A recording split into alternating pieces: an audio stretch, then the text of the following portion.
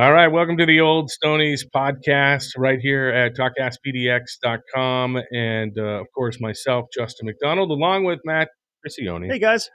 And we are in studio today. We got to have a guest in the studio. It goes so much Before, easier. we're all wearing masks and stuff and everything, and we can sit down. We're pretty much socially distanced as far as we can be. We're all vaccinated. And We're all that good vaccinated. stuff. But, the mask in, mask out situation. The outdoor mandate starts on Friday. Yeah, yay. Yay. But welcome to the show. Of course, we're here every week, and we're broadcasting live on YouTube, Facebook Live, Twitter, and Twitch. So if you want to check us out on all those TalkCast PDX channels, you can go to talkcastPDX.com to get all that. So how you doing? I'm doing good, man. How you doing? Had a great week. Yeah, anything interesting? You do anything interesting? Did a little hike in and got out in the woods a little bit. It was really nice. Went to the Dahlia Farms on Canby. Go check out the Dahlia Farms. They're it's going on till the rest of the month. Nice. Just Lots of colors. Yeah, saw some bees. Bees. It was the owner's birthday party, so they brought out 2 huge cakes for everybody on the farm. It was really neat. Wow, that sounds like fun. COVID be damned. We had cake. You had cake. Well, we have a guest in the studio today. We are happy to welcome Jon Tapper, which is the perfect name for this guy. Right.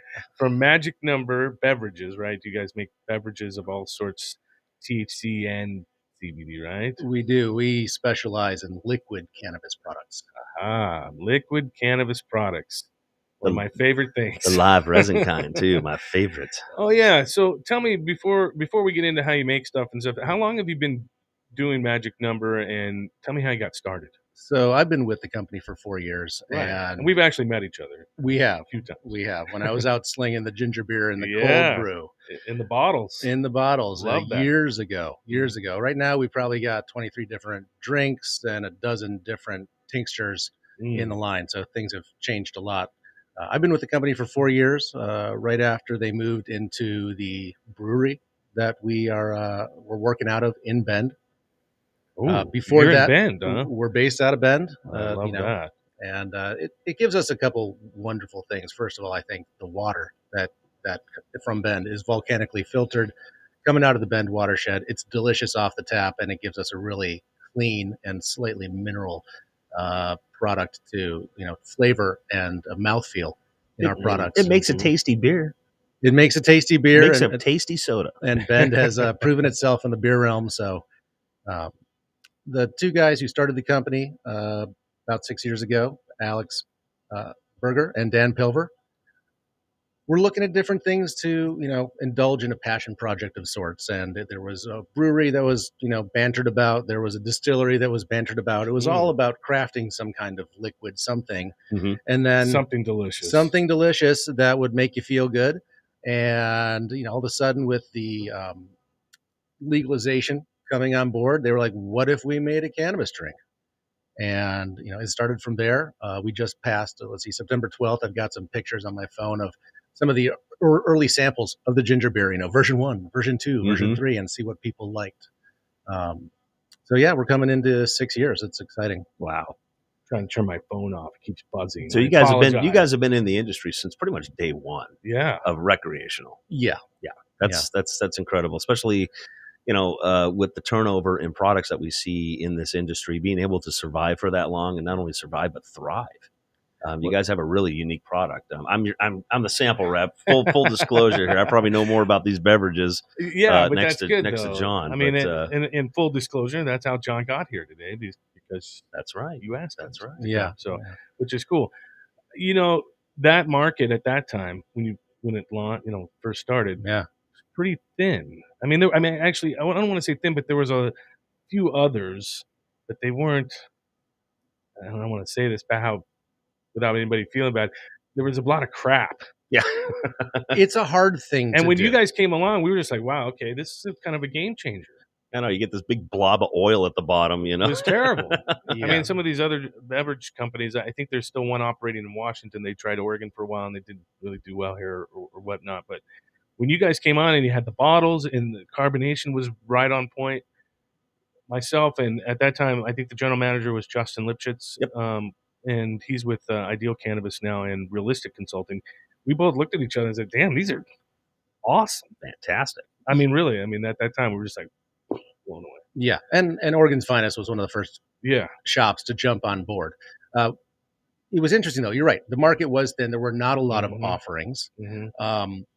Cannabis is, first and foremost, a combustion-based culture. Nobody ever had a poster of Bob Marley on their college wall with a can of soda. Right? Right? It was a big old blunt. And, Yeah, much love and respect. I will always say, Flower, she is queen, and we would not be here without her. Right? Absolutely. I think that's a good saying. And then you look at some of the other products in the shop, and you look at your concentrates, you look at your edibles that came from, your butter-based college brownie kind of thing, and the old school kind of edibles, and they grew into being more measurable, more dosable. But beverages were always something that kind of belonged to alcohol, that kind of belonged to caffeine.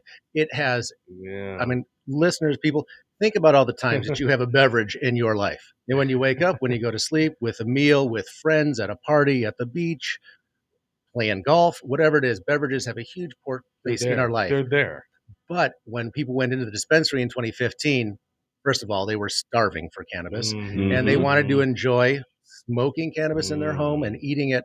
And beverages really weren't front of mind. That the other thing is, it's hard to do. We're talking about mixing oil and water. Yes. And there's a lot of different ways to get to a place where you can get the oil to disperse evenly across that liquid volume. And we've been working on our emulsion to make it as smooth and light as possible. What we don't want is chunks of oil, you never want that. Oil boogers, something. Oil boogers. That's this week's term. Oil boogers. That's going in the promo. Oil boogers. Where's the bell? You need the bell to ring the bell. The promo word of the day. Oh my goodness. So, and Alex and Dan come at it from a very kind of natural perspective. And so the ginger beer and then eventually the cold brew coffee were two products that we knew the provenance, we knew where those products came from, the Peruvian ginger, the cane sugar, the clove. We had our friend Chris roast the beans for us. We ground them in-house, and we could make all of those things with real ingredients. And that was important to us. And it's always been something that we continue to do now.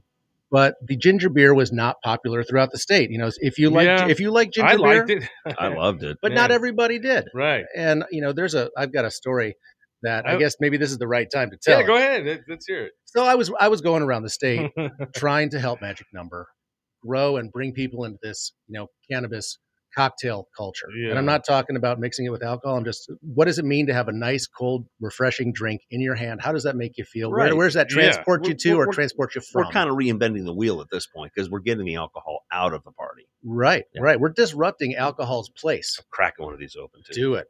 You got that tonic right there. That is. We will talk about this in a moment. You go on. I'm going to save this one here. You're going to go for the... I'm going to drink this one later. 25. I'm going to go 1-1. I'm going to try the 10 right now. Oh, yeah. I'm going to save this one because that's the plane ride. That's going to be that's my good time, favorite time. Well, I'm going to toast to you guys. Thanks for having me on. Thank you. This is what it's all about, guys. This is what it's all about. This is what it's all about. This is something that we do with friends, with family, with friends we haven't met yet, and we're getting to know. And we're excited to be able to be part of that. Anyway, so back to the story. Yeah. So here I am traveling around the state, and I'm finding success selling ginger beer and cold brew in certain places, and other places I just can't get a heartbeat. And, it won't surprise many people watching or listening to the podcast to think that an all-natural ginger, spicy Jamaican ginger beer is popular in Bend and Eugene, Pendleton. And Pendleton or Southeast Portland. But, you go to places like, like you cross I-5 and go over to Springfield, and they're like, get out of here, bro. Mm-hmm. So after a year and a half of taking samples out and servicing our accounts, I revisit a store it happened to be in Springfield. And I brought him some samples of the ginger beer because that's all we had at the time. And the guy looks at me and says, "Hey, man, I like you, but it's been a year and you're just back here with the ginger beer." And I'm looking at him. Pause. That's what I got. And he says, "Ginger beer, bro? Ginger beer, bro? Bro, you got to get out of Bend. There's a whole world out there." And that was the ginger beer bro moment. There you go. For Magic Number, which was, people want to like it. they're open to it, but we just have to give them flavors that jive with what they want. And not everybody wants Peruvian ginger beer. Yeah. And we came out with the mandarin lime and the cherry vanilla, and we transferred the emulsion technology over to the tincture realm with the magic and mega drops. Oh, so you have tincture line now too. We do. We have for a couple of years. Awesome. I didn't know that. I was out of, day-to-day ops type stuff for, almost 2 years. Yep. I was pretty surprised to learn about it too. Yeah. I mean, I stayed in touch with the cannabis industry via all my friends in the media, Leaf magazines and different places, and then always went to the shop. Well, I never stopped going to the shop. Now we have this technology. Yeah. What am I tasting right now? Because there's nothing in here but water. So you're tasting the seltzer, and that was a new release this year. We'd gotten a lot of feedback from folks that they wanted to try the liquid experience, but they didn't want the sugar. That's what I'm trying to cut sugar out of my life. I know you're trying to do the same. Sugar. It's in there. Yeah. So what you're tasting is our chief flavorologist, Becca, helps us develop, our flavor profiles. What we try to do is come up with something that's really delicious. So you've got some juniper, you've got some lime in there, and you tweak it enough and you get it to the right place, and you select the right kind of input. And what I want to do, what we want to do, instead of just giving people a flavorless distillate experience, we want to get closer to the plant and give them a live resin experience and try to do some flavor matching. For example, we just did a solventless release. Now we infuse everything that we have with Buddy's live resin, and we absolutely love it. Yep. But there are so many incredible producers, extractors, growers in this state. It really offers some exciting opportunities. Yeah, and I noticed they're strain specific. They are strain specific. Yeah, that thing I like about this one I have here, it's got this strain or cultivar, if you will, Alpine Glow by East Fork Cultivars, which I know is a great farm. Yeah.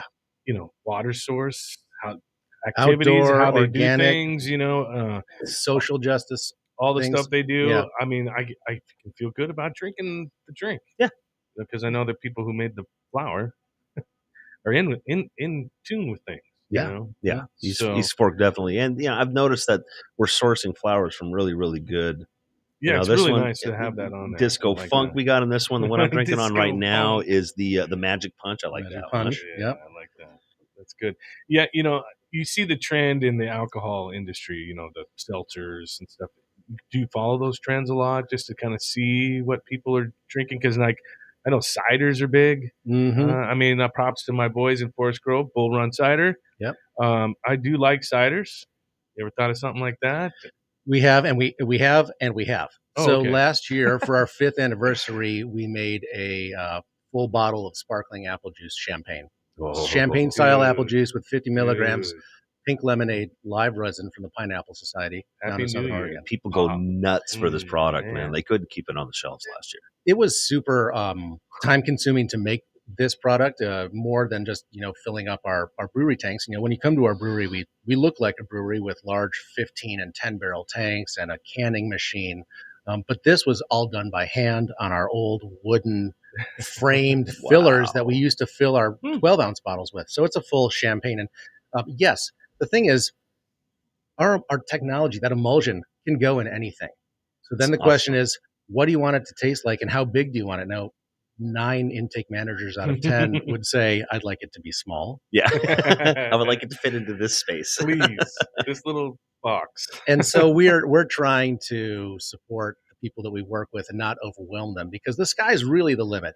We could do growlers, we could do 20 ounces, 16s, we could do 8s, we could do the 750 bottles, the small 20 ounce Imperial bottles. I'd go get my growler filled every Friday, fill that sucker up. Well, someday we're hoping that this kind of product will be available where other products, like in bars where people are going to drink alcohol.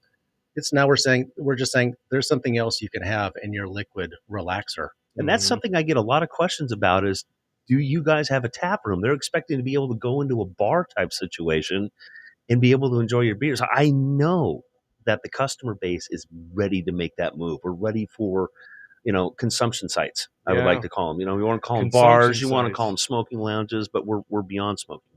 Well, and let's face it, the bars are the consumption sites. If you're going to a bar and having a drink with friends, you might hit the curb and hit a J, a pen, eat an edible, and sit there, and then order a drink and hang out with your friends. Right. So let's place it maybe under a more controlled situation. Yeah. And we're not saying that we need to serve people 100 milligram drinks, all night long. No. Maybe it's a lower tolerance and just gets a little bit, you're not serving people Everclear either. No. And, let's do 3 to 5 milligrams and have, 2 or 3, 4 drinks. And that'll keep us into a balance. You got to be careful with that crossfade. I know that cannabis oil will allow you to uptake alcohol a lot faster. Yes. So it is a little bit of a different monster. I am not against people having fun, but I always make sure that they know what they're getting into. Yeah. And Magic Number doesn't endorse the crossfade. That's not one of the things that I'm really not a big fan, period. But that, that's just me. I'm an old curmudgeon. That's just the way I am. Curmudgeon. Old Stoney. An old Stoney. I got to say, this is very refreshing, though. The ginger beer. I mean, I needed a little pick-me-up, and I don't think 10 milligrams, I think that's a perfect dose, actually. And they do come in different formulations, I'm noticing here. So you guys do have a 50, a 25, a 10. And we used to have a 3. Yeah. And that whole thing is, what's your magic number? Each one of us has a magic number, and you're going to have a great time no matter what the edible is, if you dial in that number. And so when we introduce a flavor, we want to offer it for the new consumer who's comfortable having 5 or 10, to the more seasoned person who for 50 is just a walk in the park. Yeah. Right. And the 10 milligram gives the average person, cup and some ice, be able to go to a party and be able to mix in and not stand out like, oh, I'm not drinking anything. And this allows you to do that all night long without having to hit, a 50 milligram. Yeah, I mean, even did I take too much? Bring 2 10s and keep them in one in my pocket and pour one in a cup. I mean, for me, that's the way I go. I've noticed that 225s actually are pretty similar in price to a 50 milligram can, so you can kind of spread them out like that too. Absolutely. Or people can take our smaller tinctures and add them into anything, because our stuff is water soluble. That's awesome. So it doesn't clump up in liquid. And it'll spread out like a cloud. I've got a video I'm going to be putting out. It's super slow-mo, 4K, but it looks pouring a drop into the water, and it just clouds out. Goes away, man. It's rad. That's cool. Anything I love tincture. Tincture is probably my favorite way to consume. Right? Probably just because it's faster, and I can put it under my tongue. Yeah. And I've used lots of different tinctures, and I find it the best. Yeah. I mean, it is my jam when I can get it, but I do like smoking flower. Yeah, I'll be taking 1,000 milligrams. I'm going to Yellowstone later this next month, and I'll be taking 1,000 milligrams to the park with me. Sorry, National Forest, but we're not allowed. We're not allowed to smoke on the property, and I want to try to. I don't want to make everyone feel so. It's incognito. This will allow me to mix in with anything that I happen to be drinking at the time, and I'm really looking forward to it. Tincture for a long time was part of my daily regimen, because pain regimen. I'm getting double hip replacement very soon, and man, I'm telling you, there's days I can't walk, but I need stuff that doesn't make me so cloudy that I can't think and stuff like that. And I always just found tincture a little cleaner, a couple puffs here and there during the day, that's fine with me. But lately I've been using a gummy regimen, but I got to get back on the tinctures at some point. But that's my favorite way to ingest cannabis, and I think it's the healthiest way. It can be. I mean, put it under your tongue and off you go. You're not combusting smoke into your lungs. Right. I mean, if you want to get healthy and you want to use cannabis, I think beverages and tinctures are a very smart choice. And edibles. Yeah, I don't want to discount edibles, because you want to discount flower. I really I'm just enjoy talking about combusting. I'm trying to keep a healthy lifestyle. Like if you run marathons, you don't want to be chiefing up a spliff every night. You want to just take a tincture, have a magic number brew, and maybe a cookie or something, and you're good. Yeah, like Bend, we're snowboarding at Mount Bachelor. We're riding the single track, and keeping like a 150 milligram drop in your pocket and having a little boop, and then you're off, and it's a powder day, and you're in flow state, and it's insane. And it hits just about that fast. It's interesting, Matt, because you take 50 milligrams in the tonic. And we're going to enjoy this over the next half an hour, right? You could easily pour 50 milligrams of a tincture under your tongue, and it'll just come in like Mike Tyson. Yes, it will. And versus the glide path, it's a little bit longer. It's a little bit longer. Quicker. That's always been kind of the thing I always used to tell people when they buy tinctures. Like, now look, make sure you maybe eat something too, but don't think that this is going to take 2 hours like maybe an edible This is going to hit you. So be ready. And that's a matter of particle size of the cannabis oil itself and how easy it is for your body to absorb it. And you hear a lot about the nano-sized particles. And until last year, we had never actually measured our particles. Oh, wow. We had a scientific company reach out and say, we're interested in whether our products are a fit for the cannabis space. So would you like us to loan you this $70,000 laser micrometer for 3 weeks and show you how to use it so you can do some research on your own product? We went, yeah, absolutely. Hell yeah. Please. And so we've got the charts that show that our emulsion, once we blend the oil down into, and what it ends up looking, we get these large gallon jars of live resin. They look like a gigantic vape cart.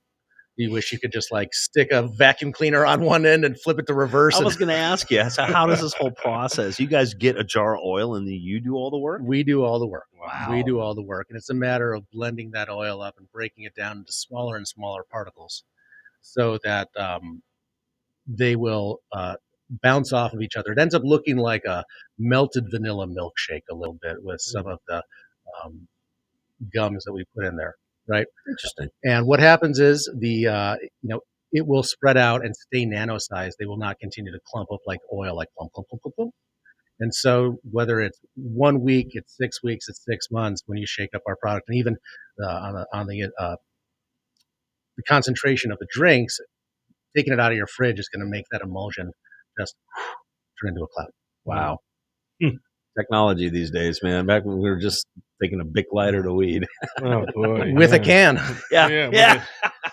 Yeah, how many cans were sacrificed in my early days? Oh, boy. Cans versus apples. Yep. Cans win. I used to have a friend who would never buy a pipe. I'd always say, look, man, I'll take you to the glass shop. This was probably early 2000s. Like, come on, man, come to the shop. We'll find you a glass, pipe. He always was kind of old school with the metal, with the caps. Remember those prototypes? Oh, yeah. Protos, all those things. He was always into that. And I was like, come on, man, you got to go glass. They're durable now, blah, blah, blah. And this wouldn't do it. He'd be the guy driving down the road with one hand holding the can. Holy shit, there's this guy, he'd drive everywhere a half hour early so he could just park real quick so he could hit the tin. Should have bought him one of those ceramic. Remember the ceramic company was making cans and apples out of ceramic, making pipes. Those were cool. When those first came out, just a side note, CannaCast 420 was just early in its Instagram phase. Yep.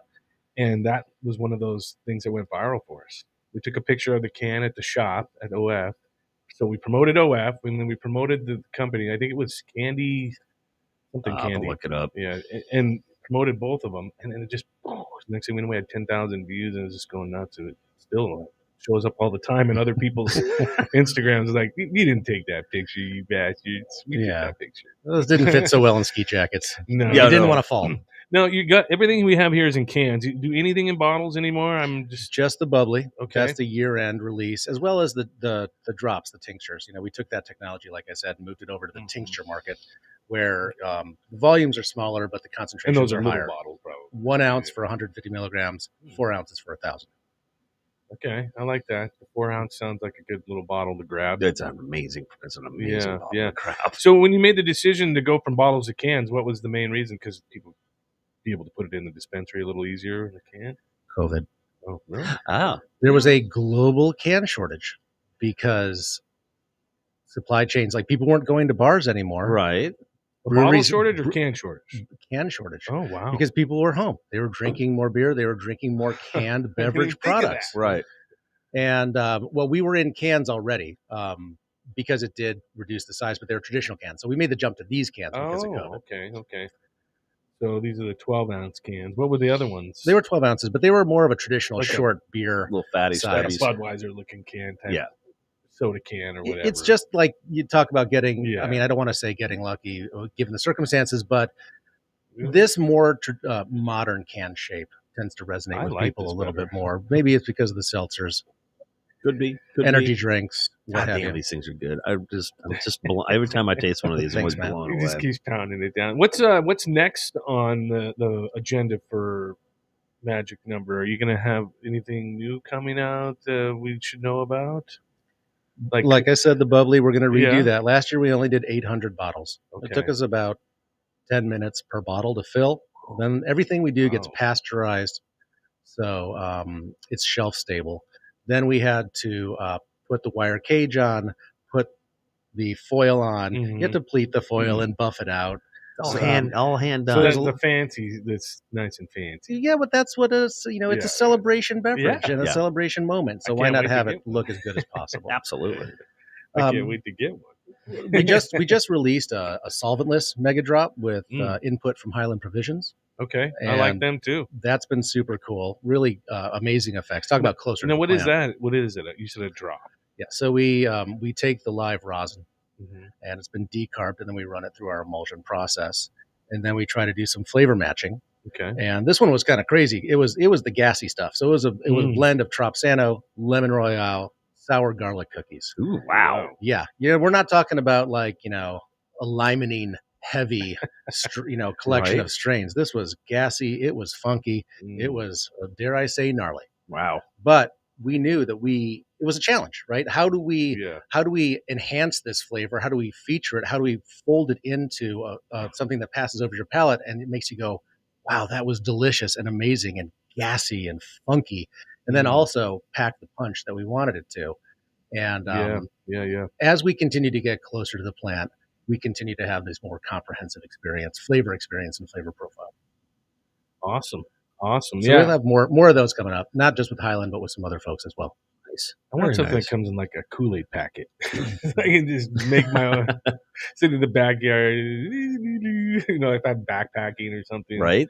Well, that'll be next. Think of outdoors. You guys are in Bend. Yeah. I think about that a lot because, I used to, Matt knows I was a big time skier too, and that's why I can barely walk nowadays. But I used to love bringing beers with me, and always sacrifice a little weight for a couple beers, and always bring a couple spliffs. But, water's heavy.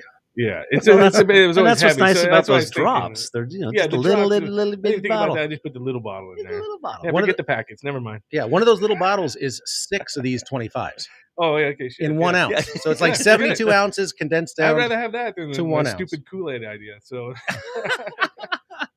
I'm just thinking, backpacking.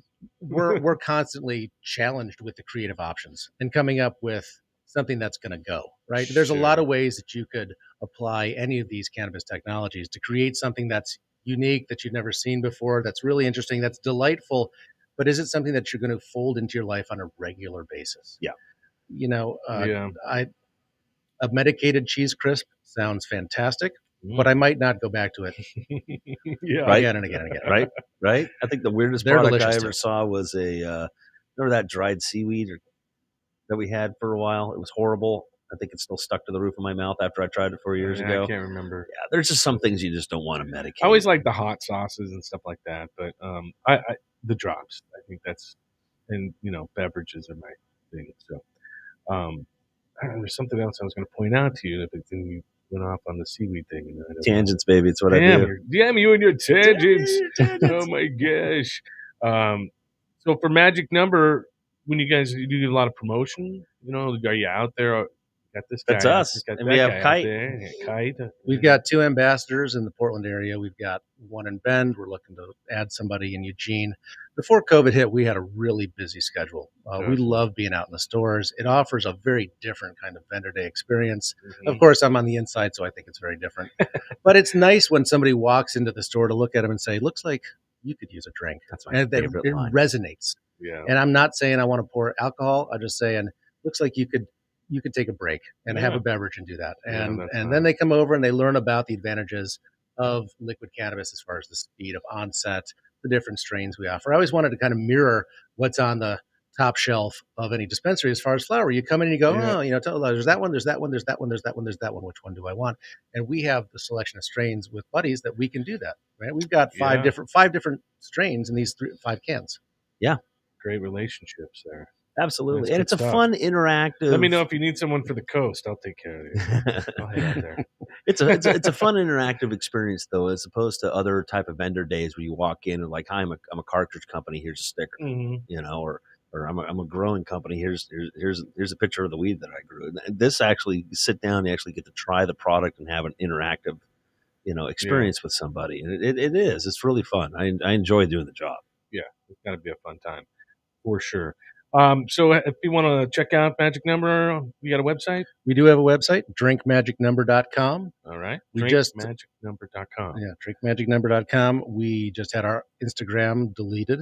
What? Yeah. Thank you, Instagram. Thank you, Instagram. Thank you, Jimmy. And what's the new one? We drink Magic Number. Yeah, that just tagged you. So Yeah. there you go. Yeah. And we're rebuilding it. What the hell's wrong with Instagram? What the hell is wrong with them? I mean, they're just, I don't get it. They're cool for years. I'm like, oh, wait, you can't have weed on your thing. Yeah. I don't see Cheech and Chong. I don't see their accounts getting deleted. And I just see, people working hard to build a business and then do stupid shit. Yeah. But Sorry, I can say that. I'm not so sure that it's human beings reviewing it as much as it is bots. I mean, I've got a friend who's a professional snowboarder. His handle is 69 Max 420. And he just got deleted. All he posts is pictures of himself snowboarding, ripping. Okay. Yeah. And his life and family. That's a bot. That's a bad bot, right? Bad bot. Bad bots. I was very reassured after it happened. Of course, we love having that relationship with people in the state and around the country who are interested in Magic Number. But going into one of the stores in Bend and letting them know that happened, they just turned right around and said, it just doesn't matter. People love your stuff. I love it. We love it personally and it was one person liked one thing, one person liked another. You make something good. People are going to respond and it's going to resonate, and we're really grateful. Yeah. Catch us on our vendor days. We're usually doing a 20% off. I had a guy that came in, was so excited. He bought a 6-pack. It just because he already was drinking this stuff. It was like, oh, I'm just going to stock up. So yeah, come follow us on the Instagram and come see where we're going to be next. All right. Well, Jon Tapper, Magic Number, thanks for coming by. Thanks for having me. Thanks to Matt for bringing John. I love bringing people together. Thanks for Kite for hanging in the background there. We appreciate you very much. And make sure you get out there and try some Magic Number. The ginger beer is awesome. The seltzer's awesome. Yeah, it's good stuff. Fully, highly recommended. Check it out. Thanks, guys. We're a proud part of the Oregon cannabis community. Awesome. Looking forward to the future. Happy to have you here, bud. Thanks. Yeah, good times. All right, that's going to do it for the Old Stonies this week. I'm out, and of course, yours truly, Justin McDonald, along with Matt Crucione. And we will chat at you next week. It looks like next week, though, Matt, we're going to have LB on, possibly. So I'll let you know. We'll keep everybody posted. Those things are so good. We love LB. Check out the Old Stonies on Instagram at the Old Stonies. And, of course, go to talkcastPDX to check out past episodes and this very current episode and all the other great programs that TalkCastPDX has to offer. Till next time, keep on smoking.